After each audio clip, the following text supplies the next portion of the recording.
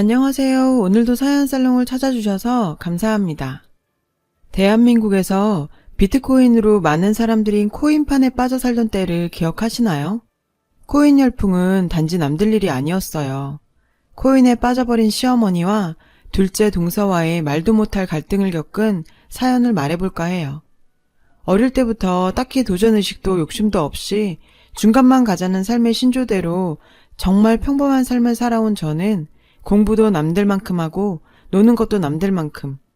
참 누가 보면 심심 그 자체의 아이였죠.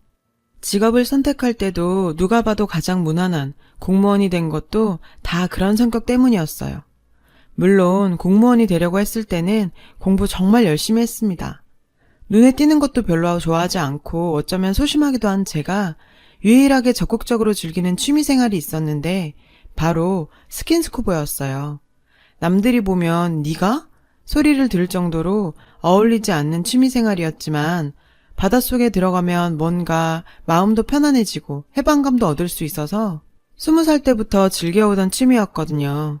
공무원 생활하면서도 꾸준히 스쿠버 동호회 활동도 열심히 했는데 그곳에서 신입회원으로 들어온 한 남자를 만나게 되었어요. 신입회원으로 소개받은 그는 훤칠한 키에 떡 벌어진 어깨, 어떤 여자가 봐도 호감을 가지만한 훈남이었고 동호회의 많은 여자 회원의 관심을 한몸에 받는 사람이었어요. 그의 주변에는 항상 많은 사람이 모였고 신입 회원임에도 불구하고 이미 동호회에 들어온 지 오래된 사람처럼 잘 어울렸어요. 동호회에서는 2달에 한 번씩 바다 청소도 하고 스쿠버 다이빙도 즐기는 모임을 속초에서 가졌어요. 그도 가입 후 처음으로 바다로 나오게 되었는데 당연히 초보일 거라고 생각했던 그는 저보다도 훨씬 능숙하게 바다를 누볐고 그 모습에 다른 회원들도 놀라는 눈치였어요. 그렇게 시작된 바다 청소 다이빙은 바닷속 아름다운 풍경도 보면서 바다 쓰레기 청소도 할 수 있어요. 저희 다이버들에게는 취미생활을 하면서 봉사활동도 할 수 있는 시간이라 굉장히 뿌듯하게 생각합니다. 그 남자와 파트너로 함께 들어가게 된 바다에서 욕심이 과했던 걸까요? 바닷속 풍경에 빠져 그에 올라가라는 신호를 보지 못한 저는 순간 어지러움을 느끼게 되면서 급격히 수면 위로 올라오게 되었어요. 처음 경험해보는 잠수병에 놀라긴 했지만 약간의 어지러움만 있을 뿐 큰 이상은 없어 배 위에서 누워 있었어요. 제 파트너였던 그는 저에게 본인 이야기를 들려주더라고요. 본인도 3년 전 스킨스쿠버 하다 잠수병 때문에 크게 고생했다며 정말 천만다행이라며 파트너였던 본인이 제대로 신호하지 못해 벌어진 일이라고 사과했어요. 주변에 많은 사람들로 인해 대화 한번 제대로 못했던 저희가 예상치 못한 사고로 이런저런 얘기를 나누게 되면서 서로에 대해 조금은 알게 되었어요. 그 역시 저와 같은 공무원이었던 겁니다. 그 부분도 동질감을 가지게 됐죠. 공통된 취미생활로 자연스럽게 만남이 잦아졌고 혈기왕성한 젊은 남녀의 잦은 만남은 곧 결실을 이루게 됐어요. 저와는 조금은 다른 성향을 가졌던 그에게 끌렸던 저는 어디서 용기가 났던 건지 고백했거든요. 저희는 사귀게 되었고 6개월간의 짧은 연애 끝에 결혼하게 됐어요. 3형제 중 첫째였던 남편이 결혼을 조금 늦게 해서 저는 결혼과 동시에 2명의 동서를 얻게 되었는데 가장주부였던 동서들은 결혼 후에도 일하고 있는 저를 부러워했고 저는 시어머니의 사랑도 한몸에 받았어요. 저 역시 맏며느리이자 손윗동서로서 최선을 다하다 보니 동서들과 같이 여행도 갈 정도로 좋은 관계를 유지했어요. 그 일이 있기 전까지는 말이죠. 그렇게 시간은 흘렀고 결혼 5년 차였던 어느 설날 오랜만에 온 가족이 다 모여 앉아 두런두런 이야기를 나누는데 둘째 동서는 요즘 핫한 투자가 있다며 가족들에게 소개하더라고요. 그때까지만 해도 그 이야기가 어떤 파급 효과를 몰고 올지는 생각도 못했어요. 사실 저는 일확천금이란 건 허황된 생각이라고 생각하고 살아온지라 동서의 말을 흘려들었었거든요. 그 후 대한민국은 비트코인 투자 열풍이 불게 되면서 뉴스는 온통 코인 이야기로 도배되고 인생 역전을 꿈꾸는 사람들의 코인에 대한 투자들이 이어졌어요. 그리고 그의 수혜자가 저희 집에도 있었는데 바로 설에 투자를 권유했던 둘째 도련님네였어요. 연초에 사둔 비트코인이 급격하게 오르면서 상당히 큰 돈을 벌게 됐던 거죠. 역시 돈이 최고인가요? 가족 모임에서 만나게 된 둘째 동서의 모습은 그야말로 완전 다른 사람이 되어서 나타났습니다. 명품 가방, 명품 옷, 명품 신발. 온몸에 수백원 두르듯한 모습이었고 밖엔 옷차림만큼이나 저에 대한 태도도 많이 달라졌어요. 동서, 오랜만이야. 보기 좋아졌다. 투자한 거 많이 올랐다면서? 축하해. 형님, 뭐 얼마 벌지도 못했어요. 앞으로 훨씬 더 많이 벌 텐데. 형님도 이 기회에 한번 사봐요. 아니, 난 이런 거 투자하는 거 무서워서 난 그냥 구경이나 할게. 역시 공무원이야. 뭐 그러시던가요? 역시 공무원? 이건 무슨 말인지 항상 저에게 싹싹하게 굴던 둘째 동서는 뭔가 모르게 달라졌고 시어머니 역시 돈 많은 둘째 며느리를 감싸고 도셨는데 첫째야, 너도 둘째 좀 본받아서 투자도 하고 그래야지. 공무원 월급 그거 얼마나 된다고 모아서 뭘 할 수 있겠니? 자고로 재테크를 잘해야 부자가 될 수 있단다. 우리 둘째처럼. 둘째 동서의 무용담에 시아버지께서도 본인 퇴직금까지 투자하게 되었죠. 투자는 본인들의 선택이지만 너무 위험해 보이는 이 투자가 걱정이 되었어요. 제 걱정과 달리 비트코인은 하늘 높은 줄 모르고 치솟았고 둘째 동선에는 건물을 산다는 소리가 들릴 정도로 큰 부를 축적했어요. 솔직히 정말 부럽더라고요. 나도 그때 동서 말 듣고 한번 투자를 해볼 걸이라는 생각이 들 정도로요. 하지만 여전히 큰 욕심 부리는 건 사치라고 생각한 저희 부부는 아파트 중도금 갖는 것만으로도 빠듯해서 투자할 만한 자금 마련할 여유도 없었거든요. 시아버지 생신날 저는 월차까지 내고 아침부터 잔치 음식 준비를 한다고 정신없는 시간을 보내고 있었는데 둘째 동서는 코빼기도 비치지 않았고 시어머니께서도 연신 휴대폰만 바라보며 코인 가격을 체크하고 계셨어요. 셋째 동서도 비트코인 투자를 시작한 듯 보였고 어머님과 연신 코인 이야기를 나눴죠. 뭔가 저만 다른 나라에 와 있는 기분이 들더라고요. 저녁이 되자 하나 둘씩 가족들이 오기 시작했고 둘째 동서도 그제야 얼굴을 내비쳤어요. 늦게 온 동서를 꾸짖기는커녕 아주 맨발로 현관까지 뛰어나가시는 어머님이셨는데 아이고 우리 둘째 바쁜 사람이 뭐하러 왔니? 아버님 생신인데 와야죠. 생신 선물로 안마의자 하나 주문해놔서 내일쯤 올 거예요. 아이고 뭐하러 선물까지. 네 덕분에 퇴직금 투자한 거 벌써 4배나 올라서 우리가 선물해도 모자랄 판에. 시어머니께서는 둘째 덕분에 집안이 살아난다며 좋아하셨고 둘째 동서 말이라면 팥으로 매주를 쓴다고 해도 믿을 것 같았습니다. 뭐 이해합니다. 재산을 그렇게 불려주는데 둘째가 예쁠 수밖에요. 그렇지만 적어도 늦었으면 저한테 와서 미안하다든지 늦은 이유라도 말해야 하는 거 아닌가요? 동서, 나 잠깐 봐. 왜요, 형님? 내가 분명히 오늘 음식 준비해야 한다고 문자 보냈었는데 오늘 왜 늦은 거야? 아, 그것 때문에요? 어머님한테 말씀드렸는데 저 오전에는 차트 봐야 돼서 못 간다고요. 형님은 잘 모르시겠지만 요즘 워낙 시장이 빠르게 움직여서 제가 잠깐이라도 놓치면 안 되거든요. 네, 저는 그런 거 몰라요. 그런데 차트고 뭐고 제가 보낸 문자에 답장하는 게 그렇게 어려웠는지. 동서, 내 문자 받았잖아. 그럼 나한테 못 간다고 얘기를 해야지. 잔치 비용 보냈잖아요. 형님이 제 시어머니도 아니고 어머니께 말씀드렸다는데 뭐 이렇게 계속 바쁜 사람 잡아놓고 따지세요. 뭐? 동서 왜 이렇게 사람이 달라졌어? 제가 달라지긴 뭐가 달라져요. 오히려 형님이 제가 돈 좀 버니까 배 아파서 이러시는 것 같은데 그러길래 제가 투자하라고 했을 때 쓰면 얼마나 좋아요. 그깟 공무원 월급 얼마나 된다고 돈 벌 기회를 줘도 못 받아먹으면서. 에휴, 뭐? 동서 진짜 무슨 말을 그따위로 해. 뭐 제가 틀린 말 했어요? 이번에 우리 그이 벤츠 뽑았는데 아주버님 그 나이 먹도록 아직 아반떼 타고 다니시죠? 저희 수빈이 미국 조기 유학도 준비하고 있는데 준석이는 필리핀이나 보낼 수 있으세요? 시어머니건 셋째 동서건 다 연락 와서 투자 잘해서 지금 3-4배씩은 다 벌었는데 형님 혼자 뭐 그리 대단한 신념인지 부러우면 부럽다고 말을 해요. 주방에서 동서와 저와의 다툼 소리를 듣고는 시어머니께서 주방으로 오셨는데 지금 둘이 뭐 하고 있니? 첫째야, 내가 오지 말라고 했다. 아무리 손윗동서라도 이렇게 사람 불러서 혼내고 하면 되겠니? 정말 어처구니가 없었어요. 누가 혼을 냈다는 건지 오히려 동서한테 훈계받은 건 난데 말이죠.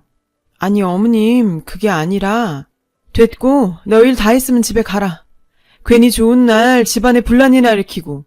둘째야 괜찮니? 시어머니의 차디찬 눈빛을 받으면서 저는 그 길로 집으로 왔고 곧이어 남편도 아들과 함께 집으로 돌아왔습니다. 집으로 들어오는 남편과 아들을 보자 저는 꾹 참았던 눈물이 쏟아졌어요. 여보, 미안해. 내가 그때 동서 말 듣고 투자만 했어도 당신도 벤츠 타고 다닐 수 있고 우리 준석이도 유학도 보낼 수 있는데 내 고집 때문에.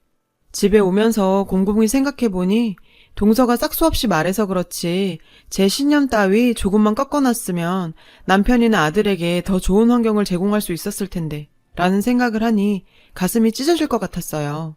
아니야 여보, 나도 순간 혹하긴 했는데 그런 위험한 투자가 결말이 좋은 것도 못 봤어. 우리는 우리 주제에 맞게 차근차근 모아서 살면 되는 거야. 남편은 저를 이해해 주더라고요. 오히려 다독였죠. 아들과 얘기하다 알게 된 사실인데 시아버지 생신날 제가 집을 뛰쳐나가고 남편은 둘째 동서네에게 아주 크게 화를 내고 돌아왔다고 들었어요. 그래도 내 편이 있다는 생각에 마음이 든든해졌습니다. 시간이 흘러도 비트코인 열풍은 잠잠해질 줄 몰랐고 둘째 동서뿐 아니라 시어머니와 셋째 동서까지 비트코인에 빠져들었죠.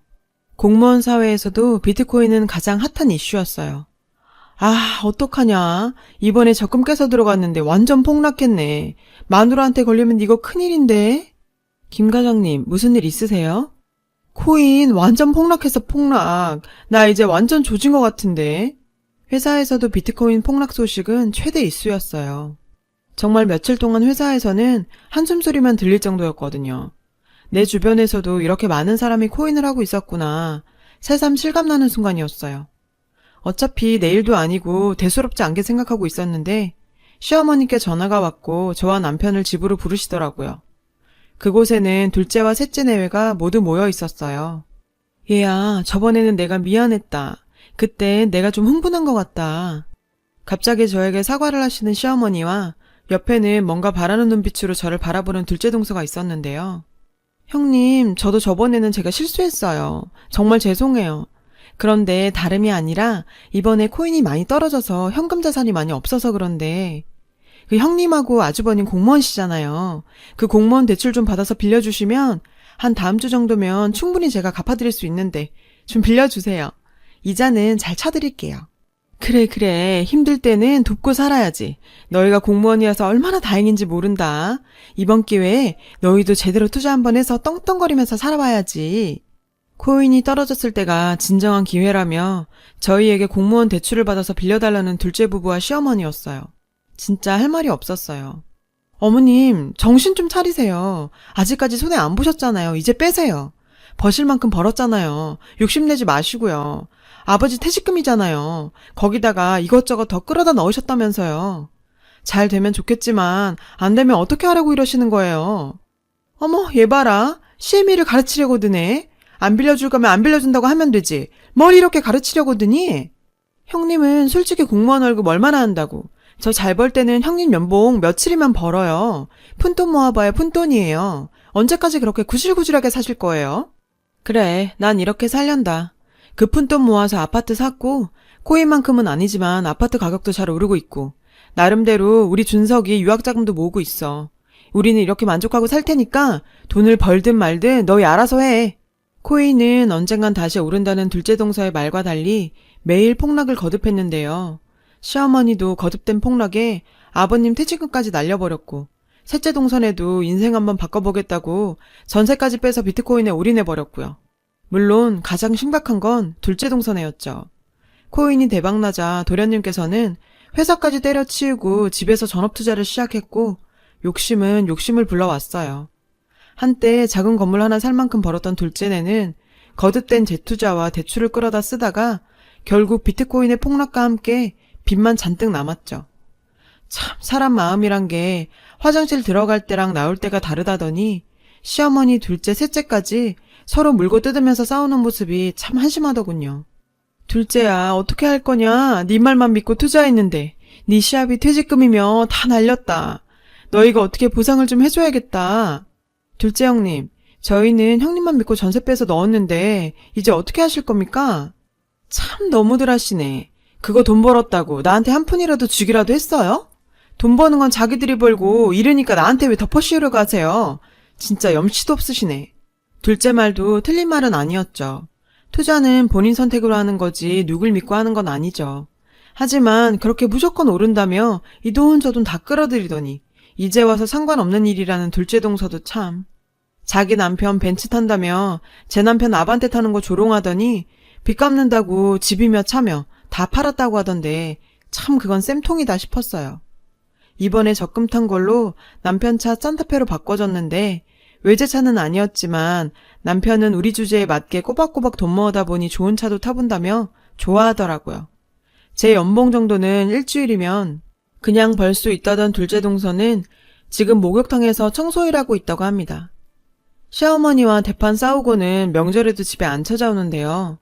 시어머니도 정말 염치도 없이 이제 와서 맏아들 부부가 공무원이라 참 든든하다며 저희 부부만 믿겠다네요. 저희 부부는 그럴 생각이 없는데 말이죠. 요즘에도 남편하고 그때 우리도 비트코인 투자했으면 어떻게 됐을까 생각하곤 하는데요. 몇 번을 생각해봐도 저희라고 돈 앞에서 별 수 있었나 싶어요. 투자 자체를 잘못됐다고 생각하진 않지만 인간의 욕심이란 건 멈출 수 있는 부분이 아니라고 생각하거든요. 사람이 가진 그릇에 따라 담을 수 있는 물이 정해져 있다는데 투자하고 사업하고 아무나 하는 것도 아닌 것 같네요. 저희 부부는 평범하게 1년에 한 번씩 동남아 여행 가서 사랑하는 남편 아들과 좋아하는 스킨스쿠버 하면서 평범한 삶을 가진 것에 감사하면서 살고 있습니다. 삶은 누구한테나 소중한 거니까요. 어려운 일들이 많지만 여러분도 평범함 속에 행복한 삶 살고 계셨으면 좋겠습니다. 제 사연 들어주셔서 감사해요. 여러분, 사연 댓글에 응원과 현명한 조언 부탁드려요. 좋아요와 구독은 저에게 큰 힘이 됩니다. 오늘도 좋은 일 가득하세요.